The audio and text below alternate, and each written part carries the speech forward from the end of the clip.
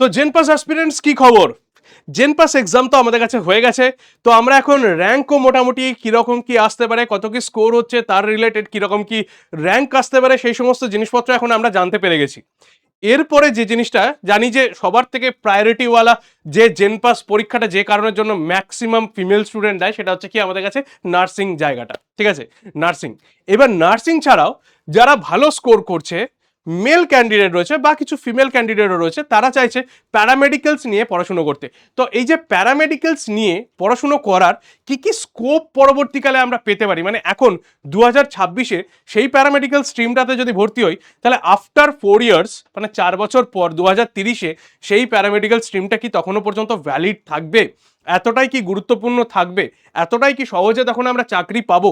আমাদের কি জায়গাটা, মানে এখন যেটা ভেবে আমরা ওই স্ট্রিমটাতে ভর্তি হব, কয়েক বছর পরে কি সেই স্ট্রিমটা সেই ইকুয়াল ওয়েটেজের মধ্যে থাকবে? এটা আমরা জানি না। ঠিক আছে, তো অ্যাপারেন্টলি প্রত্যেকটা যে স্ট্রিম রয়েছে সেই স্ট্রিমগুলোকে অ্যানালাইসিস করে, মেডিকেল ফিল্ডের গ্রোথের উপর অ্যানালাইসিস করে এই ভিডিওটা আজকে তোমাদের জন্য।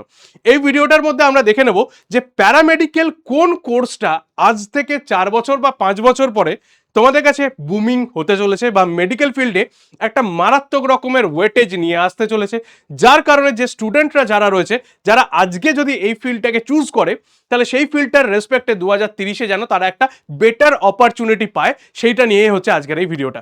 যেমন কয়েক বছর আগে যেরকম এমবিএ ছিল সবার কাছে অজানা, কিন্তু আজকে এমবিএ জানতে মানে সবাই চাকরি করছে, এরকম একটা ব্যাপার হয়ে গেছে। তো সেই সময় যে জানতো, তারা আজকে হয়তো একটা বড় বড় মাস্টার্স জায়গাতে রয়েছে, বা বড় বড় একটা সংস্থার সিইও, এমডি এরকম জায়গাতে রয়েছে। তো এই যে প্যারামেডিক্যাল কোর্সটা, সেই প্যারামেডিক্যাল কোর্সের মধ্যেও নিশ্চয়ই এরকম কিছু রয়েছে যেটা আজকের দিনে হয়তো অতটা গুরুত্বপূর্ণ নয়, কিন্তু আগামী 5 বছর বা 10 বছরের মধ্যে সেই স্ট্রিমটা বা সেই কোর্সটাকে আমরা একটা বড় জায়গায় দেখতে পাবো। তো লেটস স্টার্ট আজকের এই ভিডিওটা। আজকের এই ভিডিওটার মধ্যে ওইগুলোকে নিয়ে ডিসকাস করব। তো প্রথমেই বলি যে যেগুলো আমরা প্যারামেডিক্যালসের মানেই প্রথমেই আমাদের মাথার মধ্যে আসে বিএমএলটি, বিপিটি, এইরকম ভাবে আসে, তাই তো?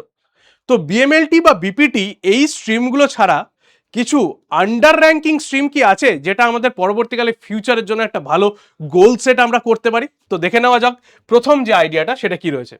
তো এখানে অটোমেটিক্যালি মেডিকেল ফিল্ডের মধ্যে যে চেঞ্জটা আসছে, সেই চেঞ্জটাকে তোমাকে একটু জানতে হবে। কীরকম না, আমাদের যে ডায়াগনোসিস সেন্টার, সেই ডায়াগনোসিস সেন্টার বা রোগ নির্ণয় করা হয় যে ল্যাবরেটরিতে, সেই ল্যাবরেটরির জায়গা হচ্ছে কি 85%।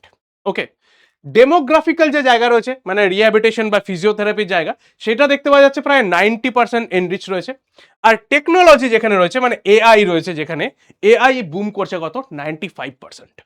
তাহলে অটোমেটিক্যালি দেখো তোমাদের মাথার মধ্যে একটা জিনিস চলে আসছে, যেটা আমরা আগে ডায়াগনোসিস করতাম, এখন সেটা আমরা কি করছি না, এআই দিয়ে কিওর করার চেষ্টা করছি, বা এআই টেকনোলজি সেখানে আমাদের কাছে ইনভলভ হতে স্টার্ট করেছে মেডিকেল ফিল্ডের মধ্যেও। ঠিক আছে, তাহলে অটোমেটিক্যালি তাহলে শিফট হতে চলেছে কোথায় না, মেডিকেলের পুরো স্ট্রিমটা শিফট হতে চলেছে এআই এর সাইডে। মানে বুঝতেই পারছো, টেকনোলজি যত বেশি ইনভলভ হবে, টেকনোলজি যত বেশি আপডেট হবে, তত সেই সমস্ত জিনিসপত্র এডুকেশন, মেডিকেশন সমস্ত জায়গাতে আমাদের ব্যবহার হতে শুরু করবে। তাহলে এই হচ্ছে জায়গাটা যেখানে মেডিকেল ফিল্ডের মধ্যেও ক্রিটিক্যাল কেয়ারের ক্ষেত্রে কিন্তু আমরা কিছুটা এআই নির্ভর, কিছুটা রোবোটিক্স নির্ভর সার্জারি, কিছুটা মাইক্রোর দিকে, মানে যতটা মিনিমাম এফোর্ট লাগিয়ে করা যায় সেই জায়গার দিকে কিন্তু এগিয়ে গেছি। তার কারণের জন্য প্রথম যে চুজটা বা চয়েসটা আমরা থাকবে, সেই চয়েসের মধ্যে যদি আমরা দেখি এটা সরকারি চাকরি বা গভর্নমেন্ট এক্সামিনেশনের স্কোপ, তার সঙ্গে সঙ্গে বেসরকারি চাকরি, তার সঙ্গে সঙ্গে স্যালারি স্কেল কোন দিকে কি হবে। তো সরকারি চাকরির ক্ষেত্রে সব থেকে বেশি অপরচুনিটি নিয়ে সবসময় যে বসে রয়েছে, সে হচ্ছে কি আমাদের কাছে বিএমএলএস বা বিএমএলটি। ঠিক আছে, বিএমএলএস অ্যান্ড বিএমএলটির এর যে স্কোপটা, এটা হচ্ছে একটা স্ট্যাটিক স্কোপ। প্রতি বছরই কিছু না কিছু ডায়াগনস্টিক সেন্টারের মধ্যে এই বিএমএলএস অ্যান্ড বিএমএলটি বিভিন্ন ধরনের কোর্সের মধ্যে এরা এখান থেকে যেতে পারে।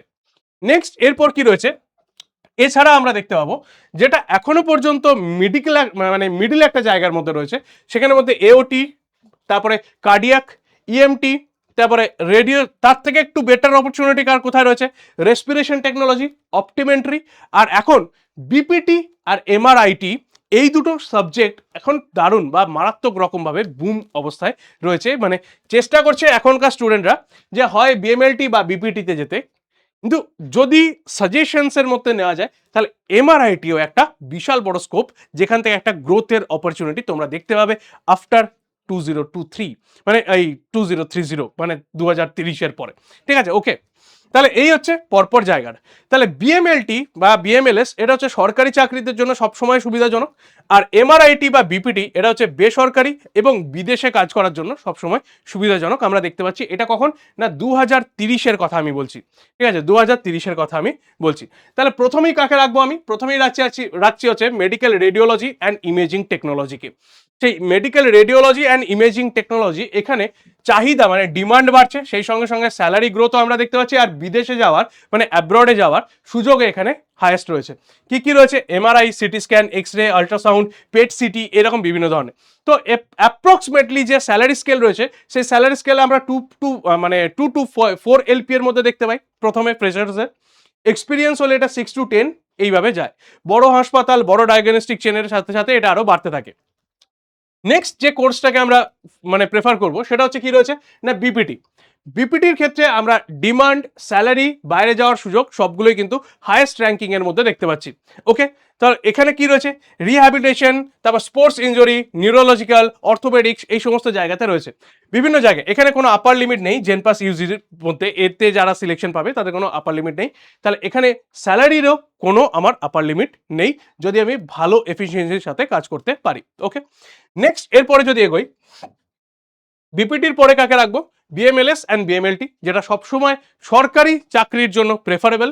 এখানে কি হচ্ছে? সরকারি চাকরির সুবিধা হচ্ছে হাইয়েস্ট, ডিমান্ড ধীরে ধীরে এটা রয়েছে, এবার ধীরে ধীরে ওটা কমছেও, মানে বেসরকারির ক্ষেত্রে ডিমান্ড ধীরে ধীরে কমছে। বিদেশে চাকরির সুবিধা কিন্তু এখানে মানে আছে, ঠিক আছে, খুব একটা মানে আগের দুটোর মতন নয়, কিন্তু আছে। ঠিক আছে, ওকে। কি কি রয়েছে? Blood test, pathological labs, microbiology, diagnostics, বিভিন্ন জায়গায় কাজের সুযোগ রয়েছে। চিকিৎসকদের প্রতি যে ডায়াগনস্টিক্স এবং ল্যাব রিপোর্টের উপর যে নির্ভরশীলতা, সেটাই করছে এই যে এই মানে জবটা বা এই যে স্ট্রিমটা, সেই স্ট্রিমটাকে স্টেবল করে রেখেছে। তাহলে এখানে তুমি 40 বছর অবধি অ্যাপ্লাই করতে পারবে বিভিন্ন জায়গায়, তাই চাপের কিছু নেই। মানে তুমি ধরো সরকারিতে কোনো জায়গায় যেতে চাইছো, তাহলে সেখানে তোমার এজ লিমিট থাকবে 40। ক্লিয়ার? বেশ। এছাড়া র্যাঙ্ক 4-এ কি রয়েছে? Respiration technology. রেসপিরেশন টেকনোলজি কি হচ্ছে? এটা যেখানে ভেন্টিলেশন বা আইসিইউ কেয়ারের মধ্যে রয়েছে। এর যে গ্রোথ রয়েছে সেই গ্রোথ পরবর্তীকালে বা দেখতে পাওয়া যাচ্ছে যে এর মাধ্যমে মানে আইসিইউ টেকনিক যত বাড়ছে তত এর গ্রোথ বাড়ছে। ঠিক আছে, মেনলি এদেরকে আমরা কি বলছি না আইসিইউ স্পেশালিস্ট। ঠিক আছে, রেসপিরেটরি টেকনোলজি। নেক্সট হচ্ছে এওটিটি, যেটাকে অপারেশন থিয়েটার টেকনিশিয়ানস যেটাকে আমরা বলি, সেটা হচ্ছে অপারেশন থিয়েটার বা সার্জিক্যাল অ্যাসিস্ট্যান্ট হিসেবে এদেরকে আমরা দেখতে পাই। অ্যানাস্থেসিয়া সাপোর্ট হিসেবে ওদেরকে আমরা দেখতে পাই। ঠিক আছে, ওকে। সার্জারির সংখ্যা যত বাড়ছে ধীরে ধীরে, টেকনোলজির উপরে হোক বা মানে তার উপরে হোক না কেন, তত এওটিটির র্যাঙ্কও কিন্তু আমাদের বেড়ে আসছে। তাহলে এই দুটো আপাতত আমাদের কাছে আন্ডার মানে বলা হয় না ওই কি বলে, এখনো পর্যন্ত সাপ্রেসড কন্ডিশনে রয়েছে, এ ডমিনেন্ট হয়ে আসবে কয়েক বছর পরে। ঠিক আছে, তাহলে এই হচ্ছে আমার কাছে আমার চয়েস করা 5খানা সাবজেক্ট বা 5খানা প্যারামেডিক্যাল কোর্সেস, যে প্যারামেডিক্যাল কোর্সেসগুলো আমাকে দিতে পারে 2030-এর মধ্যে একটা ভালো স্কোপ। ঠিক আছে, ওকে। নেক্সট এখানে 2030-এর মধ্যে যদি আমরা সরকারি চাকরির জন্য ভাবনা চিন্তা করি, তাহলে সেখান থেকে বিএমএলএস, এমআরআইটি, এওটিটি এই হচ্ছে আমাদের কাছে চুজ। যদি সর্বোচ্চ বেতনের দিকে যাই, তাহলে সেখানে কি হচ্ছে না এমআরআইটি, বিপিটি, রেসপিরেশন টেকনোলজির দিকে যেতে পারি। যদি বিদেশে যাওয়ার সুযোগ খুঁজি, তাহলে সেখানে বিপিটি, এমআরআইটি অ্যান্ড রেসপিরেশন টেকনোলজির দিকে যেতে পারি। তাহলে আমি যে 5টা স্ট্রিমকে চুজ করেছি, সেই 5টা স্ট্রিমকে চুজ করার 3টে রিজন ছিল। সেই 3টে রিজন হচ্ছে এইভাবে, এই ফ্লো চার্টের উপর বেস করে আমি এই 5টা স্ট্রিমকে চুজ করেছি, যে 5টা স্ট্রিম আমাকে বিভিন্ন অপরচুনিটির উপর। এবারে দেখো তুমি তোমার মাইন্ডসেট কীরকম, সেই মাইন্ডসেটের উপর সেট করে তারপরে তুমি তোমার প্রেফারেন্স সেট করবে। ক্লিয়ার? ওকে, যখন চয়েস ফিলিং হবে সেইভাবে করবে। তাহলে যদি আমার মতে নেয়ার মানে আমার মতে ভাবার চেষ্টা করো, পিসিবি স্টুডেন্ট যারা রয়েছে তাদের জন্য কি, ফার্স্ট হচ্ছে এমআরআইটি, নেক্সট হচ্ছে বিপিটি, বিএমএলএস, রেসপিরেশন টেকনোলজি অ্যান্ড তারপরে আসবে এওটিটি। এই সিকোয়েন্স অনুযায়ী 2030 সালের মধ্যে আমরা কি দেখতে পাবো না, এই যে জায়গাটা, এটা একটা বলতে পারো ফিউচার প্রেডিকশন, যে যেরকমভাবে মেডিকেল ফিল্ড এগিয়ে চলেছে সেইভাবে যদি আমরা ভাবনা চিন্তা করি এখনো পর্যন্ত, তাহলে এই যে স্ট্রিমগুলো রয়েছে এই স্ট্রিমগুলো গ্র্যাজুয়ালি একটার পর একটা আমাদের কাছে স্কোপ দিতে চলেছে। ঠিক আছে, ওকে। বেশ, তাহলে এই হচ্ছে আজকের টোটাল জায়গা। নেক্সট কি দেখতে পাচ্ছি, নেক্সট হচ্ছে যদি আইপিজেইমআর বা কলকাতাতে থাকার ফোকাস করো, তাহলে সেক্ষেত্রে বিপিটি ফিজিওথেরাপি কোথা থেকে, এসএসকেএম থেকে বা রাজ্যের অন্যতম সেরা কলেজ, এখান থেকে তোমরা করার চেষ্টা করবে।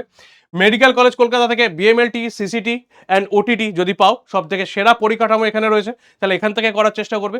বর্ধমান মেডিকেল কলেজ থেকে বিপিটি অ্যান্ড বিএমএলটি জেলা স্তরে সব থেকে সেরা কলেজ, এখান থেকে তোমরা পড়াশোনা করার চেষ্টা করতে পারো। ঠিক আছে, মানে সরকারি কলেজের জায়গাগুলোকে তোমাদের বলে দিলাম। তাহলে লক্ষ্য যেটা রয়েছে সেই লক্ষ্যটা দেখে নাও, ঠিক করে নাও কোনটা তোমরা প্যারামেডিক্যালের মধ্যে দিয়ে যেতে চাইছো, কিরকম কি স্কোর আসছে তার উপর বেসিসে। এছাড়াও আরও আমাদের হাতে অনেক কিছু জিনিসপত্র রয়েছে। আমাদের কাছে যখন কাউন্সেলিং হবে সেই সময় কোন কোন পার্টিসিপেন্টগুলো রয়েছে, কোথায় আমাদের কাছে কোথায় জায়গা পড়েছে, কোন জায়গা থেকে আমি সহজে আসতে পারবো, সমস্ত জিনিসটাকে বিচার বিবেচনা করে তারপরে তোমরা কাউন্সেলিংয়ের ফর্ম ফিল আপ করবে। ওকে, দ্যাটস ইট। তাহলে এই হচ্ছে আজকের আমাদের ভিডিও। হোপফুলি তোমাদের কাছে যারা প্যারামেডিক্যাল কোর্সেসের জন্য যেতে চলেছো তাদের একটা ভালো কোনটাতে গোল্ডেন অপরচুনিটি রয়েছে, কোনটা আমাদের 2030-এ একটা ভালো গোল সেট করতে পারবে, সেই জিনিসটা হোপফুলি তোমাদের কাছে ক্লিয়ার হয়ে গেছে। তাহলে আজকে এই পর্যন্তই, দেখা হচ্ছে নেক্সট আর একটা ভিডিওতে। Hope, tata.